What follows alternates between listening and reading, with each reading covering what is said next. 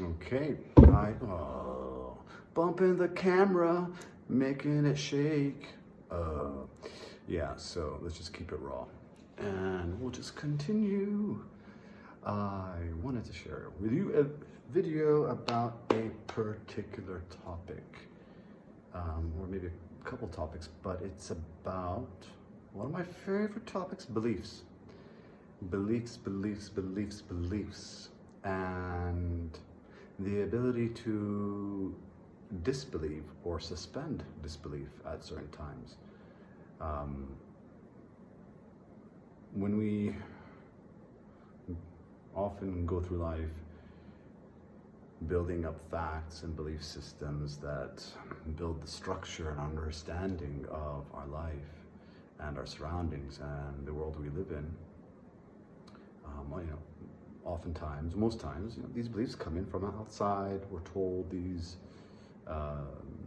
so-called truths or truths. We weren't actually there to witness it, so we're just taking someone else's word for it, trust it or not. Most time it is, other times not. But we have been shown in time that not everything that is said or written is correct. Now, that's besides the case. There's one thing about how we feel when we're being challenged, or a set of our beliefs may be challenged. What kind of frame of mind do we go into? Do we go into a defensive kind of like, no, my view on this is right because of this. What are the arguments that we're making? Are they factual? Where are we getting them from? And have we actually done the research? Now, beyond that, there is something about knowing your own truth. And oftentimes that truth is not dependent on external factors. You meet someone you love, or you find your hobby or a job or something that you really love, you know it, you feel it. You don't need to go outside reading, researching, getting information on it. You just know that's it, that's for you, and you go for it. And what is that feeling? That's your inner knowing, that's your intuition, your inner guidance system that is telling you, yeah, that's right, this is how we're going about it. Now, there are times in life where other information is presented, and maybe we're not really feeling it, or we're being told one thing, but for a split second we're feeling, is that right? And oftentimes we know that if we entertain this idea, it may remove the bottom block that many other blocks are built on, which is a scary idea. That throws your own concept or perception of reality into disarray. And there's oftentimes a huge internal battle, just like you feel fear, like no, usually there's anger that's around that. Usually when there's anger that comes out, putrid anger, when someone's saying something, like, does anything really need to anger you that much? Ask that question. Like, why are you angered so much? Usually the anger that's coming is the egoic mind saying, don't look in this box. I have spent a whole lifetime packaging this thing or packaging this lie to protect you, to help you operate in this reality in a certain way, because the truth was too hard to handle, or you can't handle the truth at a younger age, but now at older age, you probably can. Doesn't mean it's going to be easy. So the practice I like doing is just monitoring yourself when you're in conversation with people and someone presents information and you just feel blah, disgusted. Like, opposed to being, oh, having to prove the other person wrong, you could just think they're an idiot and smile. That's a perfectly fine reaction. But when you feel that you need to jump in and throw blah, blah, blah, blah information, and even if your information is not so good, you're just pulling out facts that you're not even sure about, but you just have this need to win or defend something. It happens unconsciously. You just feel this urge to push it. That's an excellent opportunity to see, why am I acting this way? And then go deeper into that anger and sit with it and let it dissolve and see like what's behind the anger. Because usually there's something there that's hidden from you, or you've hidden from yourself. And it may contain some uncomfortable truths. Now, sounds like tough work. Who wants to do that? Well, if you want to live a life of truth and real happiness and going on a path that is, how can we say, more free, more aligned with your soul, that's what it takes. It takes facing the uncomfortable truths or uncomfortable lies that we put together to assemble the safe perception of a reality around us. And we're all being shown that this reality is not that safe, and it's not that clear cut, and there's a lot of gray, and there's no room for debate, because our boxes that contain our belief systems that are in the bottom layer are way down there, and we don't want to touch it because everything else will come tumbling down.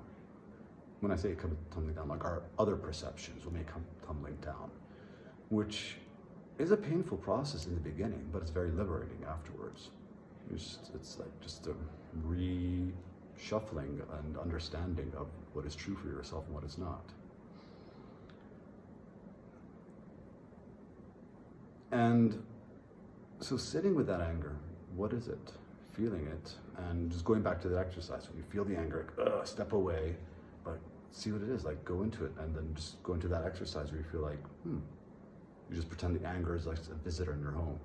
Talk to it. Pretend it's a real living being with consciousness and say, hey, what are you doing in my home? What's going on? Can I get you some water or something? Okay, so yeah, you're chilling on the couch here, but listen, you got a message for me? Thank you for stopping by. Sorry, I'm out of beer. But hey, let's talk, what's up? What is it about? Like, oh man, he's an idiot. I'm like, okay, but why? Why is he an idiot? Because he's like talking about things that I'm not really sure about, and I really don't want to go there. I'm like, wow, really? I'm not sure about it? Why am I angry? Like, so you'll get this understanding through this internal dialogue of like what that anger is about. And usually it could be about anything, but let's say in this example, it's about something that you're unsure about, being challenged, and there's someone else's conversation poking at that lack of assurity because you built up maybe a flimsy belief system around it. So there are times where we encounter things that make us look at our beliefs that we have and like, is my perception really right? Is this really true? And when we do that, we have a moment right there, a brief moment where we can put some more energy into that thought and explore it and kind of detach ourselves from our belief systems and be impartial. You're not going to take your belief systems with you. Everything's just going to dissolve here. But there's an opportunity for evolution when you detach from a way of being and a way of thought and suspend disbelief. Like, you got some disbelief, I don't believe about it. Like, just suspend it for a little bit. Entertain some other ideas. Look at it. Doesn't mean you have to believe it, just entertain it. See if things connect. See if a different picture starts to form. You don't have to embody it, but you can take a look at it. But there's fear there. There's fear in seeing that this other form of belief may be promising, may be more to the eye than what you thought. And that's where a bit of an internal battle goes on. And usually there's this fight for comfort. This, oh man, I don't want to think about this. I have things set, I'm good. I don't want to be thinking about this stuff. And sure, you can choose that path, but knowing that that path is ignorance. Whenever a person doesn't look at all factors in life and consider even the opposing factor, there's a layer of ignorance. I'm not saying you have to believe it, but to understand it and say it's bullshit, it's fine. But to consider it is a true testament to being a conscious person where you can actually consider different viewpoints. And maybe you'll learn something about yourself and them.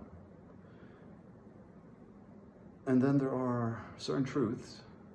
I'm touching on different topics here, but I'm just jumping to another exercise where you can, in that moment of disbelief, you tend to have your own answers. Yeah, we can get stuck up in our head. We can go deep dive the internet and social media and all these different platforms, talking about different things, some true, some not, who knows. But what is your truth? What does it mean to you? And the more we get from outside, the smaller our inner truth is. And that takes time to develop. It's really like the wolves you feed. You got two wolves. You got the outer world truths telling you what to think, and your inner world truth. And the ones you feed more of your attention to are the ones that are going to get bigger.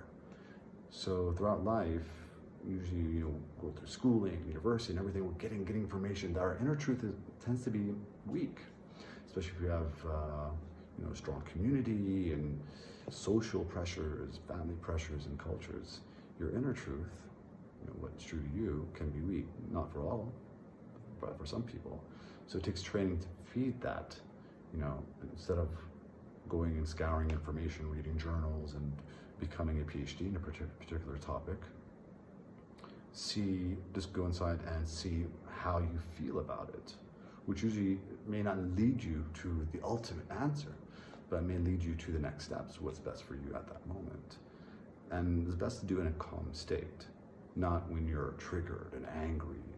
So if something comes up for you in a conversation, I feel moved by this conversation, I'm gonna walk to the other room because I don't feel like punching this person.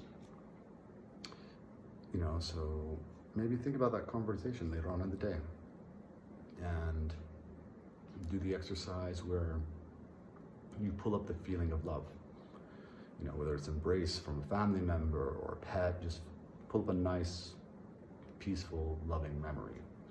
You close your eyes, take 10 deep breaths, slow deep breaths, and calm yourself down. And then visualize yourself, close your eyes, coming down the back of your head, through your throat, into your chest. And as you're feeling that memory, bring in the question that you have. Is this true or not? Is there more information to this or not?